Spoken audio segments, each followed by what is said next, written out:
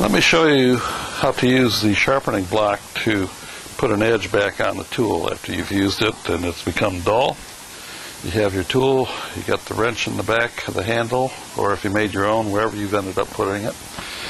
And you want to take the bit out of the tool. Now, this is part of why I made the sharpening block, is because to try and sharpen this with the tool is just going to be very difficult to swing it around and get a nice even flow, especially if you don't have a tool rest as big as this one here.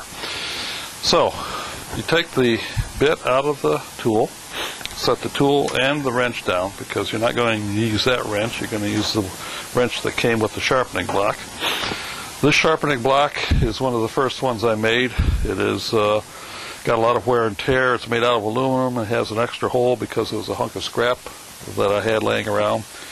But functionally it's exactly the same as the sharpening blocks I now make. This rest is set on an angle, gives me about 7 degrees. A good way to check is to put the bit into the sharpening block and tighten it. You don't have to tighten it real hard, just enough to hold it. A little snugness and you're ready to go. Now, that tool bit has an angle on it, which you can adjust your tool rest with by simply eyeballing it.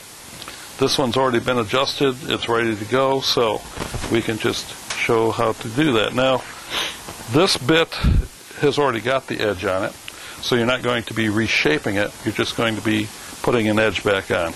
Once you have everything set up, you turn the grinder on. A simple matter, I start from one side to the next and just rotate it around to give a nice clean edge. Typically one sweep is all you'll need if you've just dulled it from use.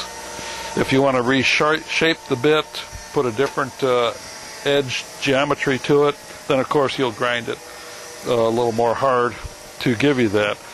When you're grinding it really hard, you want to try and quench it probably after a few seconds on the wheel so that you don't overly blue the steel. That's about it. Now this bit is ready to be put back in the tool and put back to use.